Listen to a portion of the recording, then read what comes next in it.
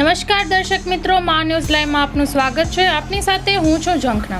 તો આવો જોઈએ આજના સંક્ષિપ્ત સમાચારો. છત્તીસગઢના દુર્ગમાં બસ 50 મીટર ઊંડી ખીણમાં ખાબકી, જેમાં 14ના મોત નીપજ્યા. દુનિયામાં માર્ચ મહિનો અત્યાર સુધીમાં સૌથી ગરમ પુરવાર થયો. પૃથ્વીનું સરેરાશ તાપમાન પણ વધ્યું. પોરબંદરમાં મહિલાને ક્રૂરતાપૂર્વક મોતને ઘાટ ઉતારનાર માતા પુત્ર ઝડપાયા. પિંગલજ પાસે અકસ્માતમાં નાયકાના બાઇક ચાલકનું મોત નીપજ્યું. ભાવનગરમાં 5.5 વર્ષની બાળક પર બળાત્કાર ગુજારનાર શખ્સને 20 વર્ષની કેદની સજા. મહેસાણામાં 1.5 વર્ષ બાદ મ્યુકર માઇક્રોસિસનો કેસ નોંધાયો.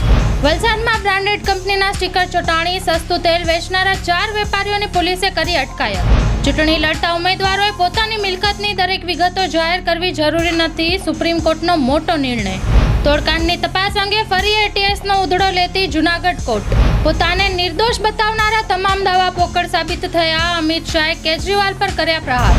અમદાવાદના બાળવા બગોદરા હાઈવે પર અકસ્માતમાં એકનું મોત નીપજ્યું તો 3 ઇજાગ્રસ્ત થયા.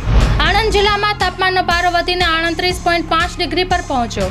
તલાલાના મધુપુર ગીર ગામ પાસેથી ગાંજા સાથે 2 ઈસમો ઝડપાયા. વસઈ વિરારમાં રેતી માફિયાઓની 4 બોટ જિલેટીન સ્ટીકથી ઉડાવી દેવામાં આવી. મુંબઈમાં બિલાડીને બચાવવા જતા બાયોગેસના કૂવામાં ખાબકતા 5ના મોત નીપજ્યા.